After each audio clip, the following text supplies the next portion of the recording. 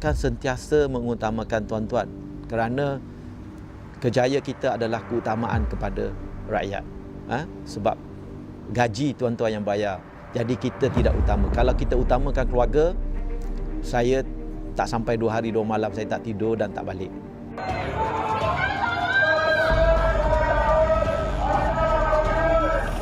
Saya berada kat sini untuk menjalankan tugas saya sebagai pasukan penyelamat. Sedangkan ibu bapa saya di kampung, saya cuma berdoa je lah. Kata Allah selamatkan diorang je lah.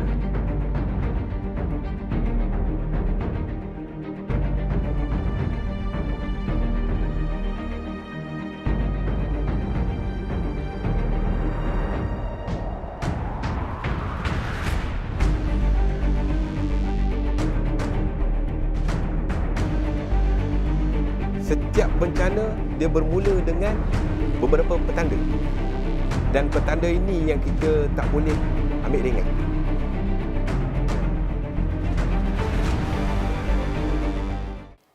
Disember 2021, negara dikejutkan dengan kejadian banjir kilat yang luar biasa sehingga menenggelamkan beberapa kawasan dan daerah di Selangor. Banyak kisah yang dicoretkan sepanjang bencana tersebut berlaku. Sumber kini secara eksklusif turun ke kawasan yang terlibat selepas sahaja banjir surut, dan selama beberapa hari kami bersama dengan pihak Bomba Selangor, pelbagai perkongsian dan cerita di sebalik banjir yang berlaku, dan kami juga mendapatkan cerita di sebalik daripada penduduk yang terjejas. Bertitik tolak daripada kritikan terhadap anggota penyelamat, pihak Sumber kini mengambil inisiatif untuk merakamkan cerita sebenar. Dokumentasi ini kami terbitkan bukan untuk mencari publicity mana-mana pihak. Cukuplah sekadar untuk diberi penilaian oleh masyarakat.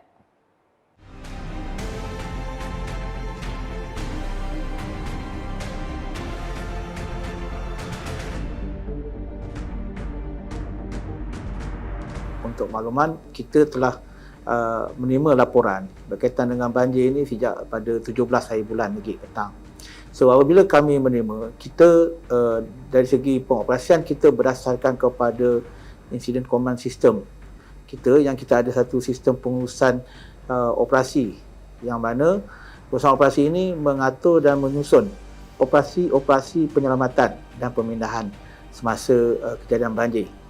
Jadi apabila berlakunya banjir pada 17 hari bulan yang kita terima, pada peringkat awal kita telah menerima laporan di Kelang, di Kuala Langat, Teluk Panema Garang dan juga di Sepang. Jadi dari segi sistem pengurusan operasi ini, saya telah menggerakkan bahagian di sektor operasi untuk mengatur gerak penyelamatan, yang mana di peringkat kawasan tersebut kita mewujudkan sub ICS yang diketuai oleh ketua zon yang mengandungi beberapa balai untuk bertindak. Contoh di Kelang misalnya, daerah Kelang, kita telah menggerakkan balai-balai yang berhampiran untuk melakukan operasi pemindahan dan penyelamatan, yang mana yang melibatkan Balai Pelabuhan Kelang, Kota Raja, Andalas, Kapar dan Sungai Pinang. Sambil itu dibantu oleh balai-balai yang berhampiran, iaitu Balai Shah Alam. Yang kedua, kita juga mewujudkan struktur di daerah Kuala Langat yang diketuai oleh Ketua Zon Kuala Langat, yang melibatkan Balai Teluk Panema Garang, Balai Sepang, Balai Banting, Balai KLIA dan juga Balai Cyberjaya. Jadi peringkat awal ni kita telah mengatur gerak pasukan-pasukan untuk melakukan operasi pemindahan dan penyelamatan. Di samping itu, kita juga telah menggerakkan aset-aset dan anggota yang saya ada untuk ke lokasi-lokasi yang mengalami banjir. Contohnya bantuan-bantuan daripada Shah Alam, Balai Bomba Kota Anggerik, Balai Bomba Sungai Buloh, Balai Bomba Bangi, Kajang digerakkan untuk memberikan bantuan pada peringkat awal di balai-balai yang terjejas.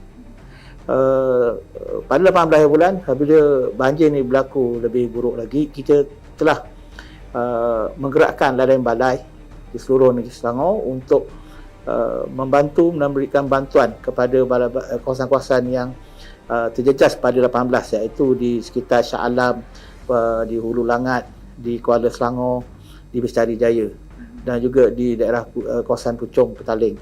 Jadi kawasan-kawasan ini kita telah mengatur dan menyusun pengurusan operasi kita dengan mewujudkan di setiap daerah itu mempunyai satu struktur operasi yang diketuai oleh setiap ketua zon untuk memantau dan mengetuai operasi-operasi yang dilakukan semasa kejadian. Banjir yang berlaku di Selangor ni satu kejadian yang memang tidak dijangkakan. Kita pada peringkat awal memang bersedia untuk menghadapi musim timur laut, tapi pada pandangan saya berdasarkan pada yang sebelum ini berlaku. Contoh, kejadian banjir ini sering berlaku di kawasan Sepang, iaitu melibatkan Salak Tinggi, melibatkan Dengkil, Labu Lanjut, dan juga di kawasan Banting, Teluk Megarang, dan juga di daerah Kuala Selangor yang melibatkan di Bestari Jaya. Kawasan-kawasan ini sering banjir. Jadi peringkat awal tu kita memang memberikan fokus dan tumpuan. Dan kalau kita lihat kejadian banjir di Seri Muda dan Ulangat, pada peringkat awalnya kejadian pada 17 hari bulan tu masih lagi belum berlaku lagi banjir yang besar. Tapi sebabkan hujan yang berterusan dan juga kadar hujan yang turun yang melebihi, saya dimaklumkan bahawa hujan yang turun tu dia punya melebihi daripada jumlah sebulan kadar hujan yang turun. Jadi kerana menyebabkan air yang banyak, dan di samping itu juga keadaan pasang surut agak besar, air pasang agak besar, jadi menyebabkan berlaku pertembungan dan menyebabkan kawasan-kawasan yang sebelum ini tidak mengalami banjir yang besar menjadi banjir yang besar dan menyebabkan air naik secara mendadak dan cepat. So apabila ini berlaku pada peringkat ini, kita sebenarnya pada 17 hari bulan tu kita telah menggerakkan aset kita ke kawasan lain, kawasan-kawasan yang telah terjejas dahulu seperti di Pelabuhan Kelang, di Teluk Gong dan kawasan-kawasan sekitar, begitu juga di Banting. Jadi apabila berlaku pada 18 hari bulan, terutama di kawasan Seri Muda dan juga di Ulangat, jadi apabila pergerakan aset untuk patah balik ke Shah Alam tu agak memakan masa sedikit disebabkan oleh laluan jalan yang terputus, jalan yang dinaiki air, jadi keadaan kesesakan jalan yang begitu teruk dan sebagainya. Jadi keadaan itu menyebabkan jumlah aset yang sepatutnya berada di Seri Muda agak berlaku sedikit kelewatan, di mana peringkat awal memang kita dah ada di Seri Muda tu dengan bot-bot penyelamat, tapi bot yang ada tu, aset yang ada tu bilangannya masih lagi tidak boleh nak menampung dengan jumlah bilangan rumah yang ditenggelami air. Dimaklumkan di Seri Muda itu saja ada hampir 6,000 bilangan rumah yang melibatkan lebih 30,000 penduduk. Dan pada masa keadaan tersebut menyebabkan kita bersama dengan agensi-agensi lain berusaha sebaik mungkin untuk mengeluarkan masa, terutama di kawasan Seri Muda. Apabila kita selepas daripada kita beroperasi di kawasan Pelabuhan Kelang, di Kelang, di kawasan Banting dan sebagainya. Dan pada masa yang sama juga berlaku juga banjir di kawasan Subang Jaya. Berlaku juga banjir di Puchong. Jadi keadaan ini menyebabkan aset-aset yang ada telah diagih-agihkan untuk melakukan penyelamatan di pelbagai tempat dan kawasan yang terlibat dengan banjir. Seperti yang diceritakan oleh Tuan Nur Azam di awal tadi, Teluk Gong Kelang adalah kawasan pertama yang dilanda banjir, iaitu pada 17 Disember 2021. Sumber kini turut menemu bual pegawai operasi bencana negeri dan turun sendiri ke kawasan tersebut bersama beliau. Saya Juana alias Azlan bin Musa, bertugas di bahagian operasi Jawatan Bomber dan Penyelamat Malaysia Negeri Selangor. Bertugas sudah berkhidmat selama lebih kurang 27 tahun di bahagian udara dan juga di Balai Bomba Pelabuhan Kelang dan serta di bahagian operasi. Dan operasi banjir bermula di Teluk Gong di kawasan Pelabuhan Kelang pada hari Jumaat lebih 17 hari bulan. Jadi pada masa itu saya bertugas seperti biasa di bahagian ofis dan telah mendapat respon ataupun maklumat pusat gerakan operasi yang Balai Bomba Pelabuhan Kelang telah mendapat panggilan ataupun operasi di Teluk Gong tentang banjir. Dan setelah mendapat arahan daripada ketua bahagian saya untuk ke lokasi, dan saya terus ke lokasi di sekolah rendah sekolah kebangsaan Teluk Gong. Apabila disampai di sana lebih kurang 7 petang, keadaan banjir pada masa itu agak air yang paras pinggang, dan penduduk sekitar itu kebanyakan ada yang terputus sebab jalan telah ditutupi, dinaiki air, dan banyak kawasan kampung telah ditergelami air. Ada yang paras kritikal dan ada yang paras tidak menentu mengikut keadaan rendah ataupun kawasan yang rendah ataupun tinggi setempat. Jadi boleh dikatakan sepenuhnya dipenuhi air kerana berdekatan dengan sungai Pandamaran. Mula pada hari Jumaat 18 hari bulan di mana saya mewujudkan PBS, Pusat Pemindahan Sementara di Sekolah Kebangsaan Teluk Gong, di mana mangsa-mangsa banjir telah dipindahkan di sini kerana ini adalah tempat yang boleh dikatakan selamat dan juga mempunyai ruangan dan tempat yang agak selesa bagi mangsa lah. Dan sama juga dengan masjid di sebelah sana. Di situ juga telah diwujudkan perpindahan sementara kerana di kawasan sekitar sini tidak mempunyai dewan yang luas untuk menampung mangsa banjir pada 18 hari bulan tersebut. Perpindahan tu bermula daripada hari Jumaat lebih kurang pukul 4 petang sampai ke malam, dan berterusan sampai ke hari Jumaat, hari Sabtu. Hari Sabtu pagi sampai ke tengah hari masih ada lagi mangsa-mangsa yang telah diambil pada di rumah mangsa yang hampir tenggelam, paras 3 meter dan 2 meter, tengok keadaan tempat yang rendah dan sebagainya lah. Jadi mangsa-mangsa yang mana terputus dengan pergerakan ataupun terputus jalan untuk keluar diarahkan untuk berpindah ke pusat pemindahan sementara kerana di sini kita telah selaraskan dengan bekalan makanan dan sebagainya. Berapa lama Teluk Gong dibuka untuk PBS sementara? Mangsa dipindahkan ke sini lebih kurang 4 ke 5 hari, bergantung kepada keadaan rumah beliau yang mana air telah surut sepenuhnya dan beliau telah dibenarkan balik pulang. Selesai di Teluk Gong, sumber kini bersama dengan Bomba Shah Alam. Seperti yang umum tahu, kawasan di Shah Alam mendapat liputan yang cukup besar kerana peningkatan air secara mendadak sehingga menyebabkan ramai penduduk terpaksa berpindah. Apakah cerita di sebalik penyelamatan di sekitar Shah Alam sehingga timbul pelbagai persoalan di mana pihak penyelamat ketika rakyat memerlukan? Ini kisah dari Shah Alam.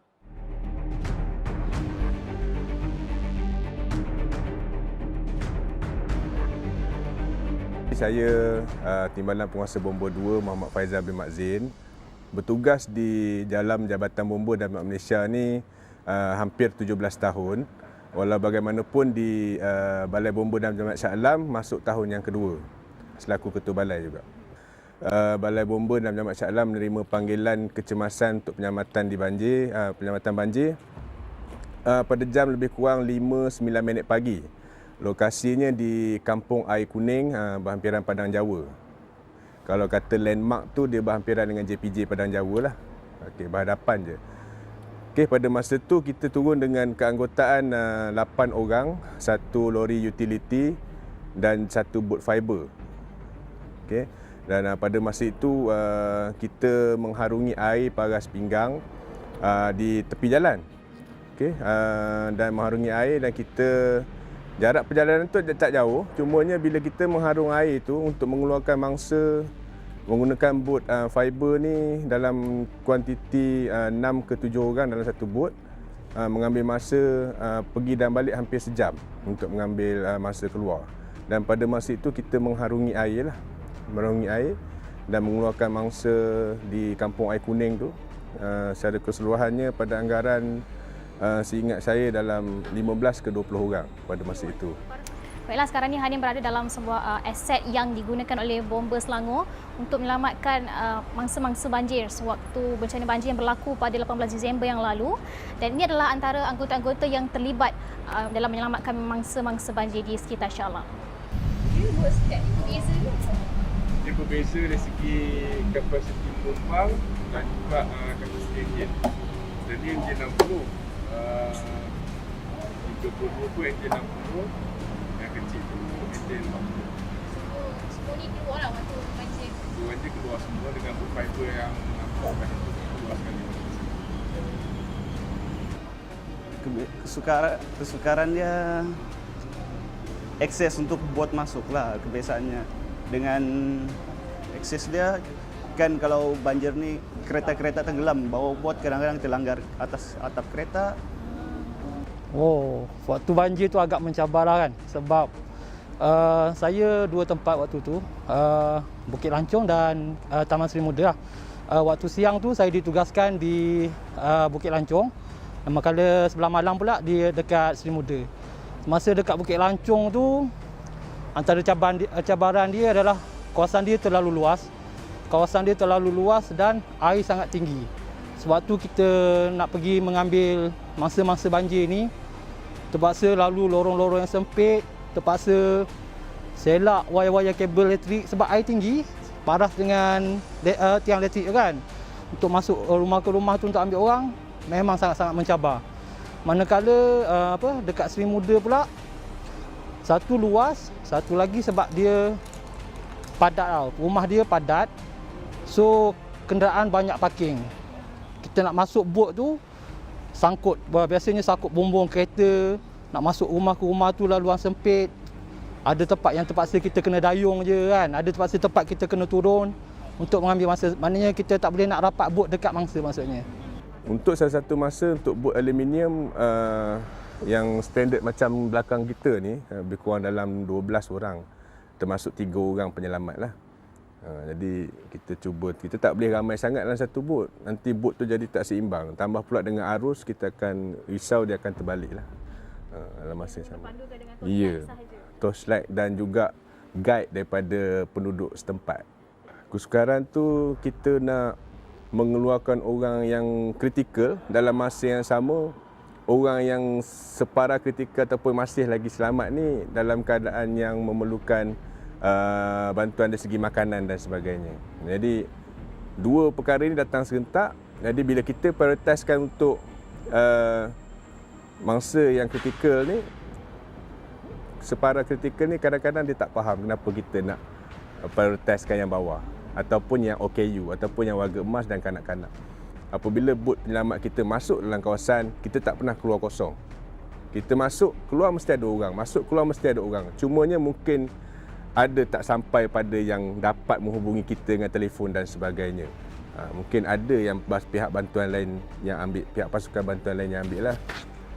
Dan seterusnya daripada Padang Jawa, Kampung Air Kuning Padang Jawa tu, kita terima panggilan pula di Econsave Batu 4 Kampung Jawa.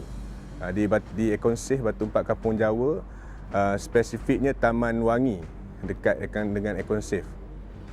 Jadi pada masa itu kita bergerak dengan kekuatan yang sama, mengeluarkan mangsa-mangsa yang di Taman Wangi di Econsave sehingga pada anggaran jam 2 ke 3 petang lah. Daripada 5 pagi sampai ke 2 petang saya tak stop lagi kerja.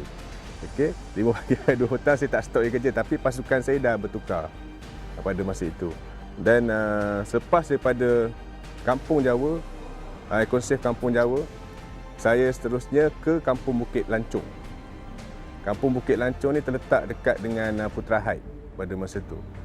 Dan Kampung Bukit Lancung juga secara keseluruhannya anggaran penduduk adalah lebih kurang 6,000 orang. 6,000 orang anggaran penduduk dia, dan kita hadir bersama dengan lori utility dan bot fiber kita juga, sebab pada masa itu paras air naik di beberapa tempat yang lain, termasuklah Taman Seri Muda, Kampung Kebun Bunga, Seksyen 23, 22, Seksyen 24, serentak. Dia naik serentak secara mendadak. Mengikut maklumat orang kampung, Kampung Bukit Lancung, dia orang sedar air paras betis, dan selepas tu 15 minit kemudian air terus naik mendadak sampai paras ke dada. Pada masa 15 minit, dalam masa 15 minit sahaja di Kampung Bukit Lancung. Jadi dia menjadi sesuatu yang luar jangka, dan termasuk pula di Kampung Bukit Lancung ni dia ada ban pecah. Ada sebanyak 4 ban yang pecah lebih kurang. Dan bila ban pecah, air sungai melimpah masuk dalam kampung, dia akan meningkatkan paras air secara mendadak lah. Dan saya fokus di Kampung Bukit Lancung sehingga pada hari Ahad 19 bulan 12 jam 2 petang. Dalam 2 petang. Dalam masa yang sama juga, saya mendapat maklum pada 18 bulan 12, keanggotaan saya lebih kurang dalam 8 orang bergerak ke Taman Seri Muda pada sebelah petangnya, lebih kurang dalam pukul 4 ataupun 5 petang. Secara spesifiknya kita boleh tengok baliklah nanti. Cumanya ada pergerakan pada 18 bulan 12 tu ke Taman Seri Muda. Okay. Pada 18 bulan 12 saya ulang baliklah, sebab apa, takut penonton keliru, sebab ada kenaikan air mendadak seperti saya cakap tadi. Bila masa saya berada di Kampung Bukit Lancung, dalam masa yang sama juga Taman Seri Muda naik air, Seksyen 23 naik air, Kebun Bunga Seksyen 13 dan merata tempat naik air. Naik serentak. Tapi pada paras yang berbeza-beza lah. Masih lagi banjir di Shah Alam. Setelah keadaan di Teluk Gong terkawal dan ada agensi-agensi lain yang turut membantu, Tuan Joyana dan pasukannya telah diarahkan oleh Ibu Pejabat untuk membantu mangsa-mangsa banjir di Taman Seri Muda. Setelah keadaan dan air pada masa itu agak tidak meningkat, dan dengan paras yang tidak menurun dan tidak meningkat, dan mendapat maklumat daripada Pusat Gerakan Operasi iaitu pengurusan bahagian Ibu Pejabat punya, dan mendapat maklumat bahawasanya peningkatan air mungkin tidak ada kerana air pasang telah pasang pada sepenuhnya pada tahap 5.2, dan keadaan hujan yang sekitar tidak berterusan, jadi agak terkawal, dan agensi lain serta penyelamat lain sudah ada dengan bantuan.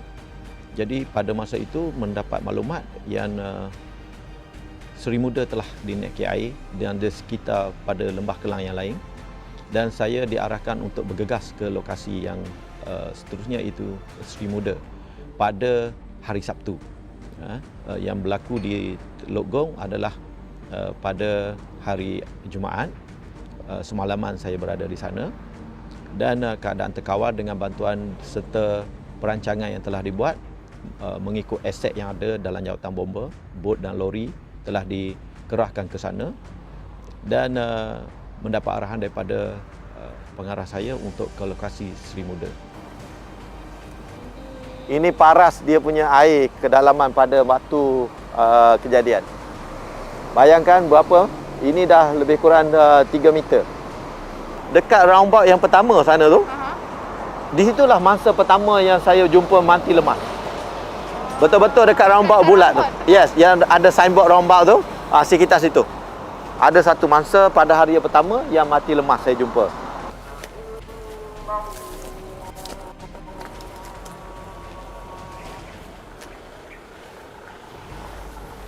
Dan inilah di mana ada mangsa yang terkandas di atas benteng sini. Kereta di sini penuh. Ada satu rombongan yang menghadiri perkahwinan, saya rasa. Lebih kurang 7 buah kereta yang bukan asal daripada sini. Naikkan kereta dia, parking ke atas ni dan kandas di atas ni. Dengan ada baby dan sebagainya lah. Jadi di sini bercampur dengan rumah yang satu tingkat yang berpindah ke sini juga, lebih kurang 30 saya rasa lah, lebih kurang 30, dan ada yang berada di atas rumah bengkel ni sendiri. Dan paras air di sini lebih kurang 1 kaki lagi nak naik ke benteng sini lah. Itu mencemaskan. Pada peringkat awal tu, di mana beliau cuba menyelamatkan diri di dalam bas sana, di dalam bas yang ada tepi sana, di dalam bas, dan apabila 2 jam dan 3 jam selepas itu air makin naik dan dia orang berpindah ke benteng sini. So benteng ni memang tak? Benteng ni tak sempat naikkan air sepenuhnya. Cumanya adalah merisaukan sebab keadaan pada tu air makin naik yang mencemaskan dia orang. Jadi saya pindahkan semua mangsa-mangsa ni ke tempat pusat pemindahan sebab ada baby, ibu mengandung dan sebagainya lah. Waktu dia orang naik tu malam tu ke berapa tu? Dah malam dah. Dah dalam pukul 3 pagi saya rasa. 3-4 pagi dah saya ambil yang sini sebab yang mana ini adalah mangsa yang boleh dikatakan boleh survive, tapi keadaan dia kerana kemungkinan air akan naik lagi. Dan tidak boleh tinggi lagi daripada tempat ni. Prioriti yang pertama adalah rumah yang setingkat yang telah ditergelami lebih kurang 3 meter air, paras bumbung dan sebagainya. Dan saya yang masuk di kawasan selatan di sebelah Highway Laksa, iaitu KFC Pizza yang sebelah sana, Sri Muda, telah membuat penyelamatan di kawasan timur Sri Muda.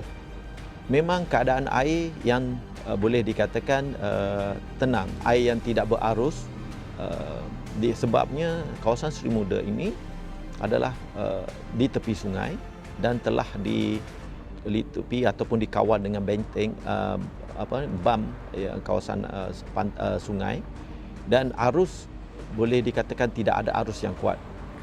Jadi pada masa saya menyelamat, untuk permulaan menyelamat menggunakan bot di kawasan KFC Pizza tu, memang kita dapat maklumat yang banyak pada peringkat awal melalui telefon, melalui pusat gerakan operasi, melalui somebody, kawan dan sebagainya, mendapat maklumat yang perlu diselamatkan, setiap orang yang perlu diselamatkan. Dan pada masa yang sama, saya melihat dengan secepat mungkin, dengan sepintas lalu, dan mengenal pasti waris mangsa ataupun keluarga mangsa yang berada di sekitar, di tebing tempat yang selamat, yang telah mendapat viral menyatakan keluarga ataupun somebody yang berada di dalam kawasan Taman Sri Muda itu rumah telah ditergelami air. Jadi di situ saya telah membuat pembahagian bahawasanya kita akan mengambil mangsa yang betul-betul telah tenggelam. Maksudnya rumah yang telah tenggelam ataupun mangsa yang OKU, mangsa warga emas, budak, kanak-kanak dan sebagainya yang hendak bersalin dan baru lepas bersalin mengikut keadaan. Dan ada yang stroke. Jadi permulaan saya untuk memulakan telah melihat kawasan yang strategi yang hendak pergi. Tapi belum sampai 100 kaki daripada permulaan bot saya bergerak, saya melihat ada pergerakan dalam air. Walaupun dah gelap malam dengan pencahayaan lampu suluh dan lampu yang kita sediakan, saya melihat pergerakan darat lebih kurang 100 kaki daripada starting saya nak bergerak daripada jalan raya yang nak masuk, telah menampak pergerakan di dalam air. Saya ingatkan pada peringkat awal kita nampak dari jauh, kita ingat binatang dan sebagainya. Jadi kita walaupun mendapat pergerakan, kita bergerak ke sana juga, dan apabila dekat dikenal pasti seorang lelaki yang cuba berenang, yang meredah air untuk ke tempat yang selamat. Saya dengan terkejut kerana keadaan dia yang sudah saya melihat yang sudah tidak bermaya untuk terapun di kawasan yang dalam air yang dalam itu, tapi tidak meminta bantuan. Jadi saya terus bergegas dan anggota saya terjun untuk untuk memberi bantuan dan naikkan ke bot. Saya tanya dia kenapa tidak minta bantuan. rupanya warga asing. Mungkin dia takut untuk minta bantuan. Sebab dia tidak kenal pasti sama ada kita ni siapa penyelamat dan sebagainya. Saya tidak kira itu.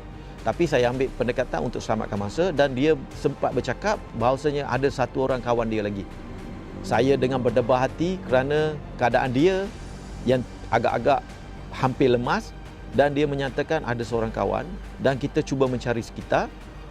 Memang agak berdebar kerana tidak menampakkan pergerakan di dalam air dan di pokok dan sebagainya. Dan setelah dia memanggil, rupanya kawan dia sudah selamat di tempat yang tinggi jauh di sana. Jadi kita pun terus hantar dia ke tebing balik dan untuk serah kepada pihak pengurusan kita yang berada di tebing. Pada masa itu bot yang saya mengetuai adalah satu bot dan yang anggota saya dah berada di Jambatan Seri Muda satu bot. Itu adalah peringkat awal. Dan persiapan bot yang seterusnya masih berada di kawasan persiapan untuk bergerak. Dan saya pada keadaan itu saya telah berhubung dengan pengurusan operasi bilik pusat gerakan operasi bomba untuk menyatakan keadaan perlukan bantuan, perlukan aset yang tambahan dan juga keanggotaan tambahan. Jadi melihat keadaan itu, pusat gerakan operasi memainkan peranan untuk membuat mengatasi masalah dan menghantar bantuan.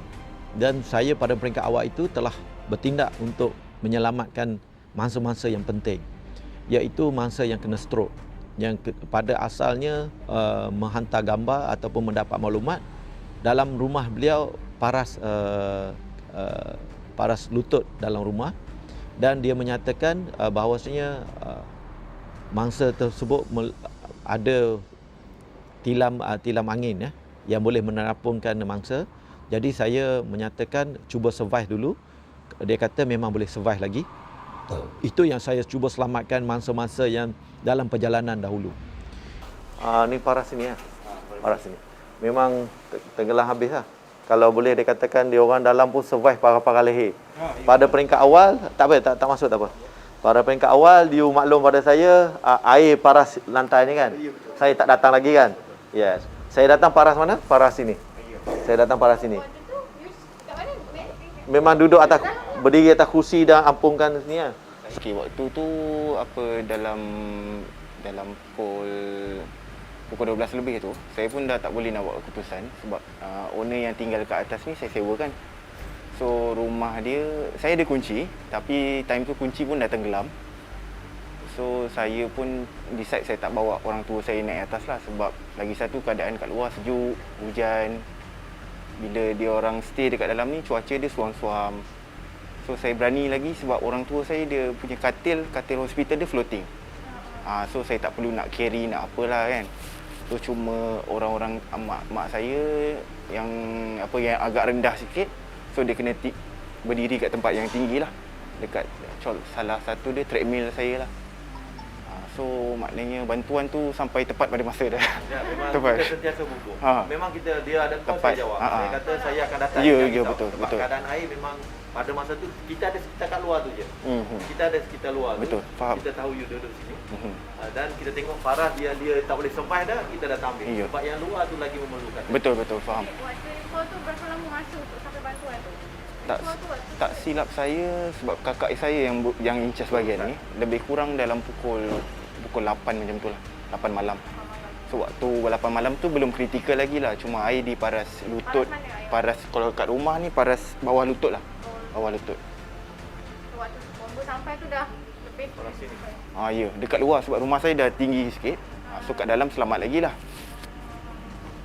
Tapi saya pun agak berani sebab saya ada kawan jiran-jiran saya lah, 8 orang menunggu di tangga ni lah.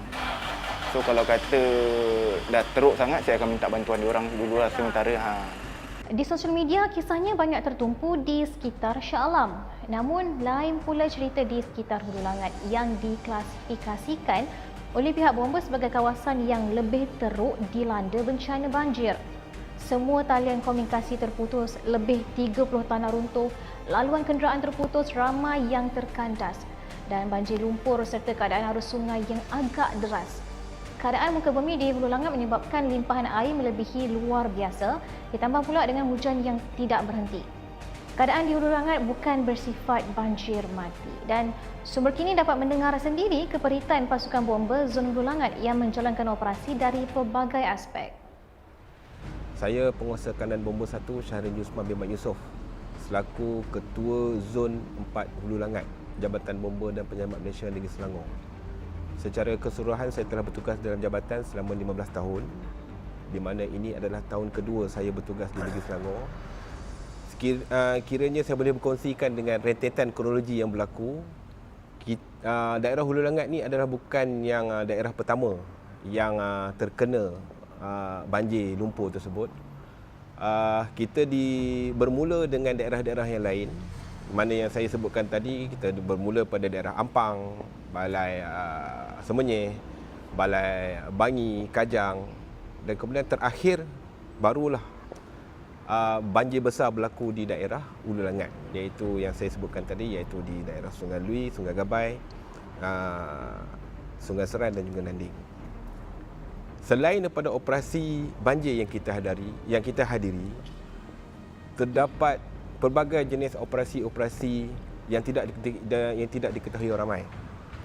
Antaranya kita menghadiri operasi mencari dan menyelamat, mengeluarkan 19 orang pengguna jalan raya yang terperangkap di laluan Genting Peres dan Kuala Kelawang pada malam yang sama. Iaitu kita gerakkan sekumpulan anggota elit kita, iaitu daripada pasukan Storm untuk dan juga kolaborasi bersama dengan pasukan PJA di bawah PDRM untuk bersama-sama menggerakkan operasi mengeluarkan mangsa-mangsa yang terperangkap di laluan tersebut, yang mengambil masa dalam tempoh 10 jam, iaitu dengan berjalan kaki sahaja. Baiklah Tuan, sekarang ni ada yang tengok tadi banyak tempat-tempat kawasan tanah runtuh yang berada di sekitar Langat ni Tuan. Boleh Tuan cerita sedikit tak macam mana tanah runtuh ni berlaku? Okey, sekarang ni kita berada di laluan Genting Peres ke Kuala Kelawang. Di mana ini juga salah satu spot tempat kita beroperasi, di mana pada 19 bulan petang kita telah menerima maklumat bahawa terdapat kebilangan pengguna jalan raya yang terkandas di laluan ini. Jadi kita telah menggerakkan pasukan anggota daripada Balai Bomba Semenyih dan juga unit fast Storm dibantu dengan unit daripada PDRM iaitu PGA. Iaitu kekuatan kita pada malam itu seramai lebih kurang dalam 40 orang telah digerakkan ke lokasi ini untuk mencari dan menyelamat pengguna jalan raya yang terkandas di laluan ini. Jadi tempat di mana kita berdiri ini adalah salah satu tempat permulaan kita menggerakkan pasukan kita dengan cara trekking. Maksudnya berjalan kaki daripada sini melalui kawasan runtuhan-runtuhan ni, tepi-tepi tebing ni, dan juga sebelahnya adalah gaung sejauh 5 km.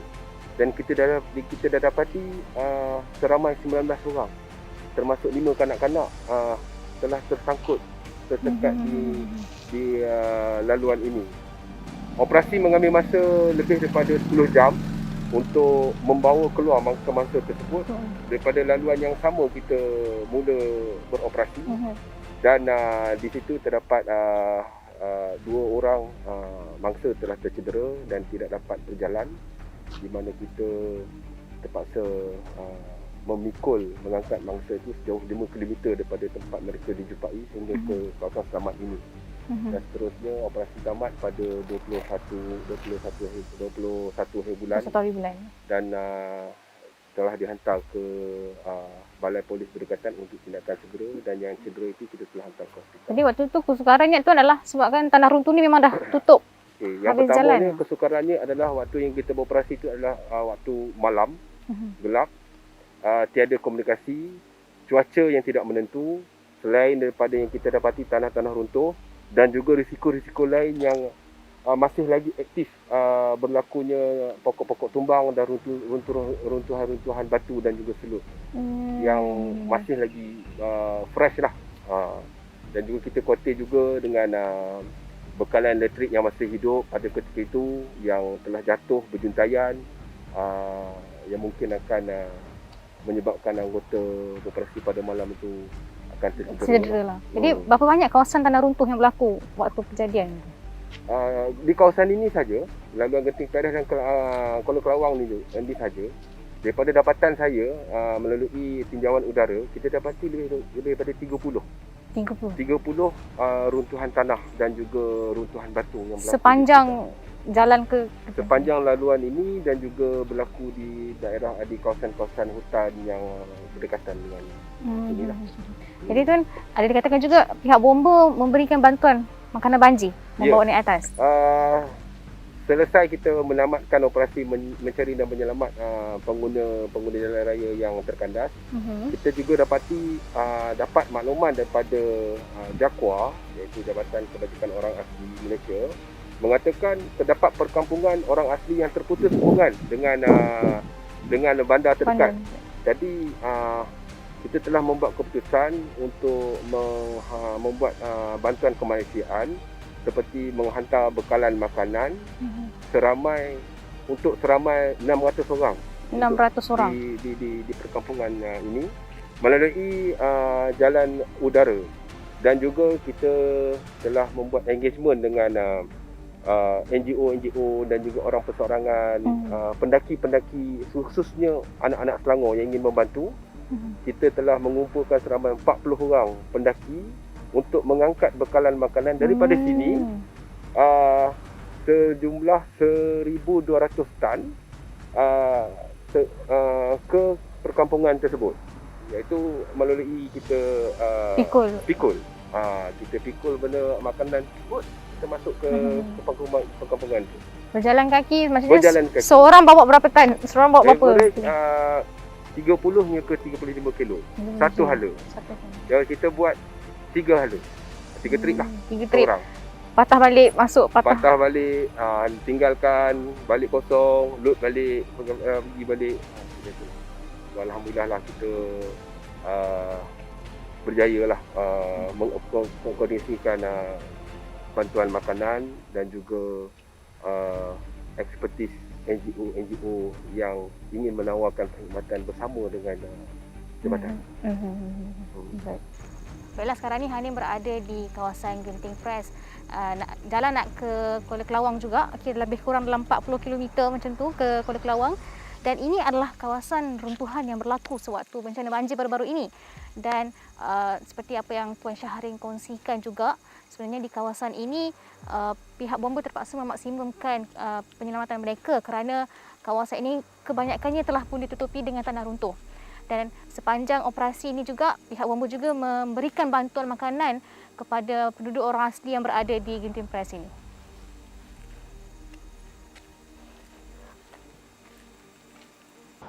Kemudian antara operasi yang lain juga kita terlibat dengan bantuan kemanusiaan, menghantar bekalan makanan ke kampung orang asli Genting Peres juga dengan menggunakan khidmat unit udara kita, iaitu helikopter Jabatan Bomba Penyelamat Malaysia. Kita juga melakukan penerbangan ihsan, mengeluarkan seorang ibu yang hendak bersalin di kampung yang sama, melibatkan orang asli, keluar daripada laluan tersebut. Dan juga kita telah menyelaraskan bantuan kemanusiaan penghantaran makanan sebanyak 1,200 tan menggunakan khidmat porter ataupun hikers NGO yang kita kumpulkan seramai 40 orang untuk menghantar bekalan-bekalan makanan tersebut melalui berjalan kaki. Baiklah, sekarang ni Hanim berada di kawasan orang asli Genting Peres. Dikabarkan lebih 600 orang yang berada di kawasan ini. Dan sewaktu misi banjir di kawasan Dolangat ini, pihak bomba telah pun hadir memberikan bantuan bekalan makanan kepada mereka kerana mereka dikabarkan terputus bekalan makanan sewaktu bencana banjir baru-baru ini.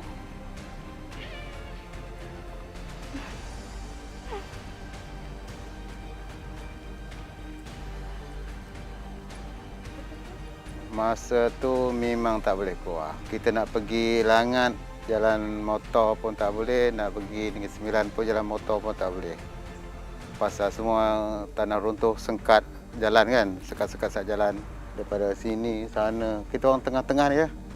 untuk kalau macam nak pergi ke mana-mana keluar memang tak boleh lah masa tu. Ada pihak macam apa? Pihak tertentu yang nak berikan bakul makanan. Contohnya pada satu hari ada pihak bomba bagi bakul makanan dia dekat persimpangan 3. Ya, persimpangan 3 lah kanan bawah tu. Ni Dungrai Baru, bawah Paya Lebar, atas Jalan Kelawang lah kita lah kan. Jadi kita orang pun pergi sana, apa itu pihak bomba dengan trekking Baling Gunung yang bantu kita orang menghantar kat tani. Kita orang pun tak larat. Betul-betul tak larat. Masa tu saya dengar air kuat kan dari atas.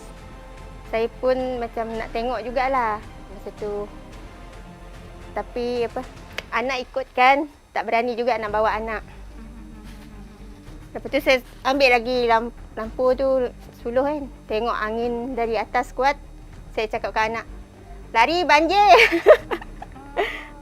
Lepas tu kita sempatlah lari dulu kan. Barang-barang semua tak sempat bawa lah. Sebab kali pertama kan. Lari tu lari ke mana? Lari kat ni rumah adik atas ni. Kat simpang bawah tu kan. Lepas tu saya turun balik bawah. Ambil adik. Pergi adik cakap lari ke atas sebab dekat bawah ni saya cakap air dah naik. Baiklah, okay, untuk melalui kawasan ini kami terpaksa menggunakan kayu dan papan yang ada disediakan sebab lumpur ni terlalu tebal. Dan kalau anda lihat di belakang ni, kayu-kayu balak masih lagi berada di kawasan ini selepas saja banjir berlaku kerana dibawa oleh arus-arus banjir pada Disember yang lalu. Jom kita lihat sekejap.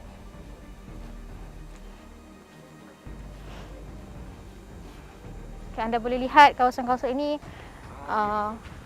pokok-pokok ada yang tumbang, kayu-kayu daripada kawasan atas, kayu-kayu pokok berada di kawasan ini.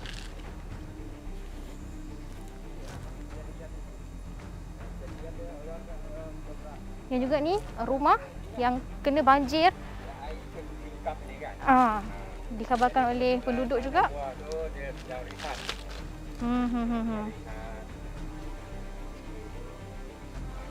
Bila dia tersedar, air dah ke belakang. Dan dikabarkan oleh penduduknya juga waktu tu mereka sedang berehat. Jadi air datang daripada belakang terus masuk ke rumah mereka.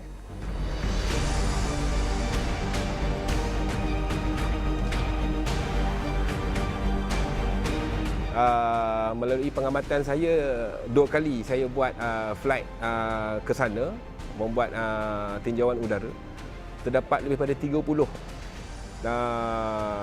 tanah runtuh yang telah menutupi keseluruhan jalan daripada laluan Genting Perez ke Kuala Kelawang. Semua berpendapat sebegitu. Kenapa tak guna helikopter dan sebagainya. Dan mereka yang pernah bekerja dengan pesawat saja tahu, bukan semua keadaan kita boleh menggunakan pesawat. Macam saya sendiri, pengalaman saya sendiri di Genting Perez itu, saya telah menggunakan 2 kali pesawat. Mana kita yang ada space yang begitu kecil untuk landing dan juga obstacle yang terlalu banyak. Maksudnya tujuan kita untuk menyampaikan bantuan, tapi pada masa sama dia menimbulkan masalah lain pada orang asli itu. Sebagai contoh, bumbung rumah tercabut, pokok-pokok buah-buahan mereka tanam berpuluh-puluh tahun patah. Itu menjadi masalah pada diorang. So benda ni telah dibincangkan dalam mesyuarat pengurusan bencana daerah yang dijalankan pada tiap-tiap malam sepanjang operasi dijalankan, yang dipengerusikan oleh YB Exco Sukan dan juga Modal Insan Negeri Selangor, iaitu YB Khairuddin. Dan dia sangat bersetujulah dengan tindakan yang kita telah laksanakan, bukan saja dari segi penyampaian bantuan, tetapi sepanjang operasi dijalankan oleh semua agensi. Kita telah menggerakkan agensi di peringkat daerah ni, melibatkan boleh dikatakan semua agensi, termasuknya PDRM-nya sebagai kesematannya, APM-nya sebagai bantuan penyelamatnya, bomba sendiri terlibat di dalam memindahkan mangsa-mangsa banjir di Nanding dan Hulu Lengat. NGO-NGO-nya kita selaraskan dengan JKM, kita bekerjasama dengan JAKWA, JPS, JKR, ATM dan sebagainya, semua digerakkan mengikut kapasiti dan kepakaran agensi masing-masing, dan itu dapat diselaraskan dengan baik sehingga hari terakhir kami menutup operasi pada 6 hari bulan. Hulu Langat ni pada pendapat saya lah antara yang kawasan yang paling teruk terkesan sebenarnya, sebab melihat pada jenis operasi saja kita ada macam-macam, daripada start pada tanah runtuhnya melebihi 30 tempat, pokok tumbangnya melebihi beberapa kilometer, banjirnya dan pada skala yang luas, mana dicatatkan lebih 6,000 mangsa banjir telah dipindahkan di PPS, sebanyak 22 PPS telah dibuka. Kemudian kita ada operasi SAR-nya, search and rescue, kita ada operasi mencari body recovery, mencari mayat-mayat yang hanyut, operasi pasca banjirnya yang agak kompleks sebab kawasannya yang adalah teruk diliputi banjir lumpur, dan pelbagai lagi operasi berada di Hulu Langat. Jadinya boleh saya katakan daerah Hulu Langat ni operasi pada kali ini agak kompleks. Disebabkan satu sahaja, komunikasi kita pada waktu itu telah terputus disebabkan pemancar komunikasi telah musnah di bawah banjir lumpur. Jadi kita tidak boleh komunikasi dengan dunia luar, kecuali kita keluar pada kawasan itu. Maksud kata kalau kita naik ke belah Ampang ataupun pergi ke sebelah Ceras yang ada line telefon, barulah kita boleh transmit that kind of information. Jadinya yang jarak daripada daripada Sungai Serai membawa ke atas ke Sungai Lui, Sungai Gabai, Kampung Perez, semuanya totally zero communication. Itu yang membuatkan dunia tidak tahu apa yang berlaku pada ketika itu. Tetapi kami yang berada di ground, memang kami work for 24/7 non-stop.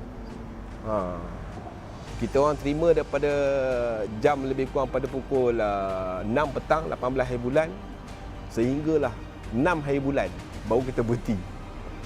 Jadinya memang daripada segi aset dan juga tenaga manusia yang kita gunakan to the maximum. Tinggal lagi macam mana kita nak uruskan, pertama nak uruskan emosi anggota kita yang bertugas ketika itu, kebajikan anggota kita yang bertugas itu supaya dia orang boleh bertahan lama dan mental, fizikal tak goyang, dan juga aset tu sendiri supaya tidak rosak. Itu yang kita try manage all the time. Ni jalan antara yang kawasan yang terkesan teruk lah akibat banjir lumpur yang melalui, asalnya ada satu jambatan tapi telah dibawa arus, dan hasil daripada dapatan Jawatan Kuasa Pengurusan Bencana Daerah bahawasanya jambatan ini perlu dibuat. Ada kadar yang segera untuk menghubungkan penduduk kampung seberang sungai. So ini adalah jambatan Beli yang menggunakan pencitraan JKR dan juga ATM.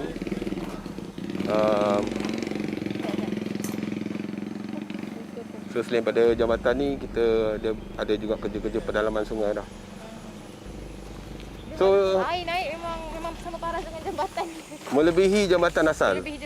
Melebihi jambatan asal. Seperti kita tengok di belakang sana, air dah mencecah paras bumbung, dan itu yang berlaku menyukarkan kerja-kerja penyelamat yang untuk sampai ke lokasi dah dengan arus deras, dengan halangan-halangan batu. Dapat masuk ke kawasan ni hari keberapa?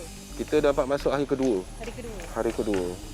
Itu pun untuk kerja-kerja recovery lah, untuk mengeluarkan mangsa-mangsa yang mungkin ada yang sakit, baby dan sebagainya. Tapi walau bagaimanapun di sini tahniah jugalah kepada penduduk di sinilah yang saya katakan dia punya tahap survival dia agak tinggi lah. Dia orang boleh manage diri sendiri dalam keadaan bencana yang besar begini. Kali ini kat Sungai Gabai yang nak satu pusher yang lain banjir dekat Hulu Langat ni. Ini memang sekurang-kurangnya kita akan dapati terdapat 3 landslide yang berpunca daripada taburan hujan yang banyak di kawasan ni lah. So dia mengakibatkan runtuhan tanah dan juga jatuhan batu-batu dan juga kayu-kayu daripada atas bukit ni membawa ke sungai Gabai ni.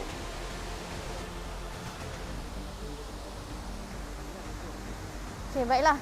Okey Tuan Syahrin, ini adalah kesan daripada banjir lumpur baru-baru ini, betul? Banyak. Ini bukan kesan balak bukan Bukan. Bukan Ini kesan kayu-kayu, batu-batu yang jatuh daripada atas ke bawah. Daripada taburan air yang banyak dan juga runtuhan tanah. Runtuhan tanah yang berlaku di kawasan air terjun Sungai Gabai ini. Dan batu-batu pun sangat besar, pokok yang sangat besar. Jadi memang kawasan ini tidak akan dibuka sehingga diberitahu kelak. Daerah Hulu Langat ni paling teruk terkesan tapi paling cepat recovery. Maksud kata pada 6 hari bulan lepas kita dah totally boleh katakan 100% dah manage. Sampahnya dah habis dikutip, longkang-longkangnya hampir 95% clear, boleh flow air dah berjalan. Rumah-rumah pun hampir keseluruhannya lebih pada 3,000 unit telah dicuci. Dan bantuan-bantuan lain pun semua sampai daripada sesenang-senang tempat sampai ke susah tempat, daripada bandar sampai ke pedalaman, sampai ke asli pun sampai bantuan tu. Sehingga 6 bulan semua PPS telah ditutup. 22 yang telah dibuka tu telah ditutup. Sebab sifatnya banjir di Hulu Langat ni adalah lebih kepada banjir kilat. 18 hari bulan naik, 19 hari bulan dah surut. Tinggal lagi dia punya aftermath, dia punya kesan akibat banjir lumpur itu sahaja yang mengambil masa yang sedikit lama lah.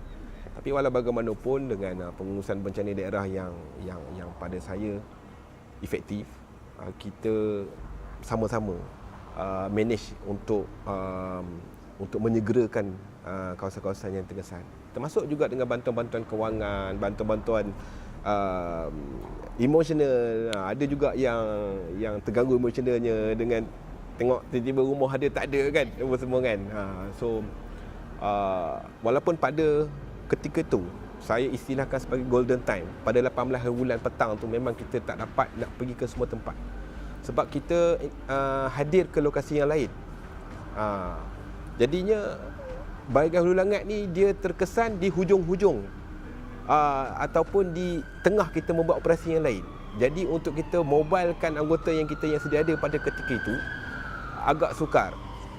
Di mana ada kawasan yang terputus, ada yang maklumat yang tak tepat, dan juga kita mengambil kira risiko yang sedang berlaku. Sebagai contoh, tanah runtuh yang sedang berlaku, air yang sedang naik, dan hampir bot bomba sendiri pun tenggelam akibat terjahan air sungai itu. Kawasan yang tak boleh dilalui langsung sebab kerana Ya, kita terpaksa menunggu air itu surut, barulah kita bergerak ke depan untuk move ke Nanding dan juga Sungai Serai. Begitu juga dengan Sungai Gabai.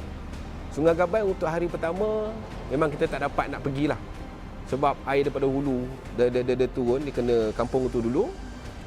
And then kita dengan halangan balaknya, batunya jatuh dengan air naiknya dan sebagainya, kita cuma boleh kita berjaya untuk sampai ke kampung tu pada hari kedua.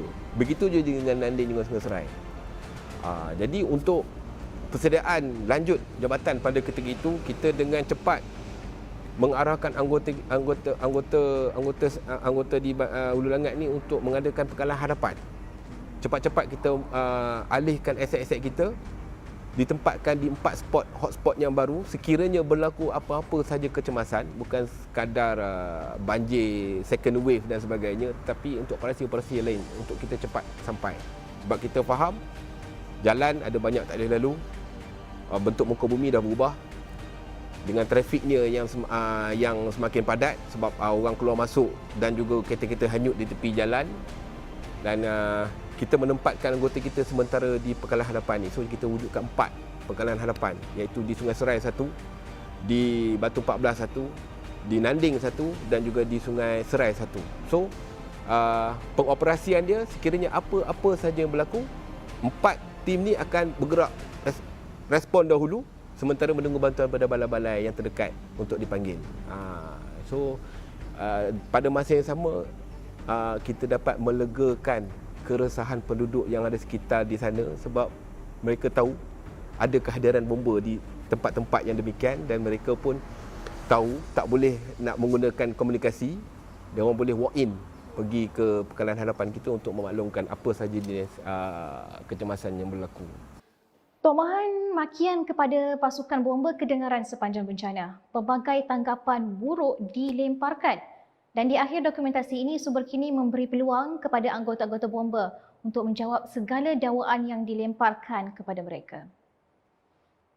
Tapi sebenarnya pada saya, kami Jabatan Bomba Rakyat Malaysia Negeri Selangor telah berusaha sebaik mungkin, sehabis mungkin, telah mengeluarkan apa yang ada, aset apa yang ada, mengarahkan semua anggota dan pegawai untuk ke lokasi untuk melakukan kerja-kerja penyelamatan. Sehingga kan ada di kalangan anggota sendiri, pegawai itu sendiri yang mereka juga ditimpa musibah banjir. Tapi disebabkan kita utamakan tugas dan tanggungjawab, anggota saya itu mengabaikan apa yang berlaku terhadap rumah mereka dan keluarga mereka. Jadi itu satu yalah kata orang tu, kerja tu memang kita utamakan. Kita cuba sebaik mungkin untuk kita membantulah memindahkan mangsa-mangsa. Ada yang menyatakan rakyat tolong rakyat. Yes, rakyat tolong rakyat. Sebab apa? Sebab kita bukan Superman untuk sampai ke lokasi dengan pantas. Jadi rakyat tolong rakyat itu adalah betul. Pada saya, kalau kita fikirkan balik, sebetulnya selama ni kita hidup berjiran, adakah kita berjiran dengan sempurna? Iktibarkan balik kehidupan kita. Kalau kita hidup dengan berjiran yang sempurna, saya rasa insya-Allah masalah yang sedikit, masalah yang besar boleh diatasi dengan cepat. Sebab apa? Sebab bomba ataupun pasukan penyelamat ini sendiri adalah manusia yang mempunyai kekangan dan permasalahan yang tersendiri. Kita ketepikan masalah itu untuk menumpukan kepada tanggungjawab.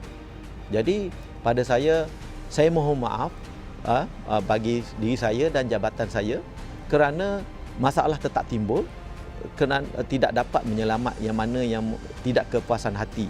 Sebenarnya pada saya, tuan-tuan selamat, saya bersyukur alhamdulillah.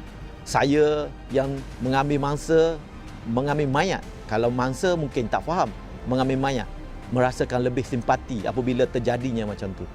Ada yang tidak sabar untuk keluar, sedangkan rumah dia selamat.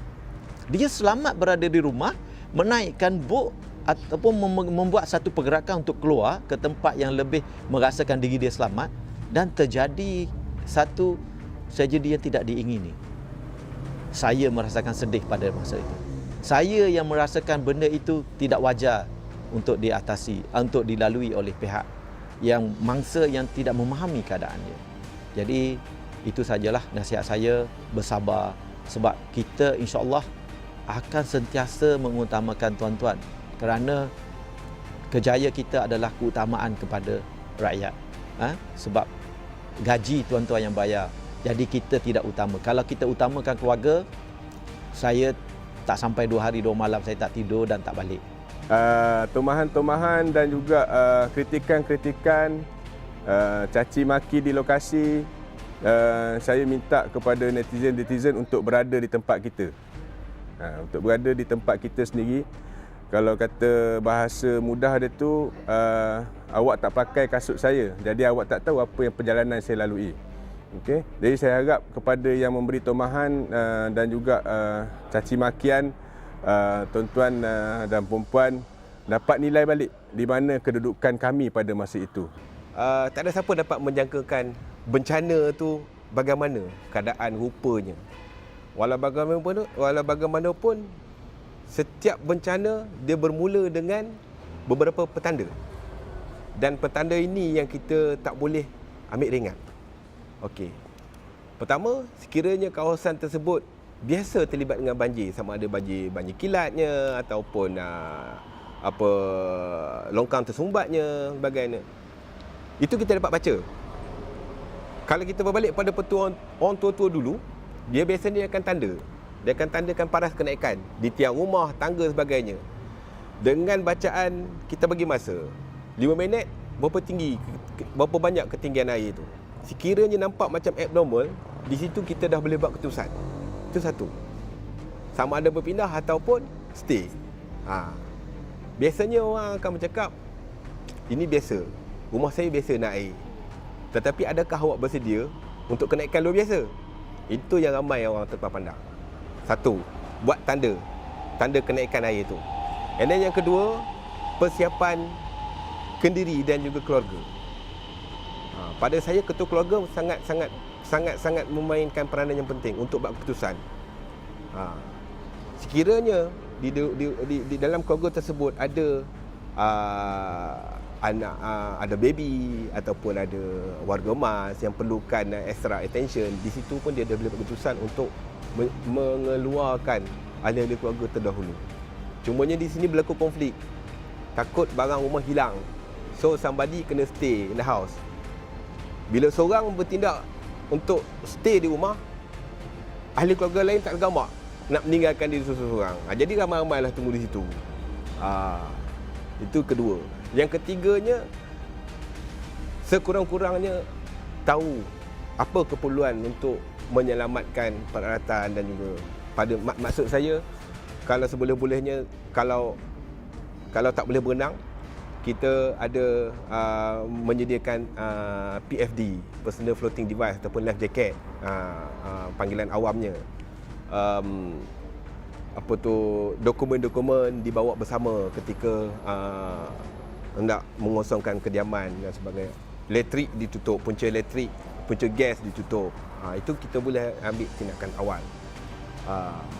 Yang the restnya, kita kena expect penyelamat takkan sampai pada kita. Itu hakikat dia. Sebab tak semua akan sampai di lokasi tersebut. Sebabnya pengalaman saya lah, apabila kita keluarkan bot untuk menghadiri sesuatu alamat, kita terpaksa melalui lorong-lorong orang lain. Di situ, on the spot, orang akan pegang bot kita. Kalau kita berkeras juga nak pergi ke sana, alamat tiba-tiba nanti bot kita berbalik. Kan? Sebab apa? Dia nampak macam kita tak bagi prioriti kepada permintaan dia, dan kita pun rasa bersalah juga sekiranya tak pergi menyelamatkan yelah orang depan mata kita kan. Jadi satu benda yang ralat jugalah kalau kita tak entertain kan. Jadinya persediaan kita bagi menghadapi bencana ni, sedikit sebanyak ilmu tu kena ada, dan persediaan mental dan fizikal tu memang kena ada, supaya kata apa, kita disebabkan kita, orang lain yang menjadi mangsa. Kan? Rumah kita 2 tingkat. Kan? Tapi rumah sebelah tu setingkat. Rumah sebelah tu ada anak kecil dan sebagainya, warga emas. Tapi kalau kita dahulukan diri kita dulu, apa jadi pada jiran sebelah? Kan? Sebagai bomba, kita tak akan mengambil mudah. Setiap nyawa dikira. Kita akan cuba bagi sehabis baik perkhidmatan kebombaan penyelamatan kita. Kan? Tapi dalam bencana, ia ada satu senario yang sangat-sangat berlainan. Ini bukan melibatkan secara individu, tetapi melibatkan secara as a whole, secara holistik, secara keseluruhan. Itu yang kita cuba uruskan.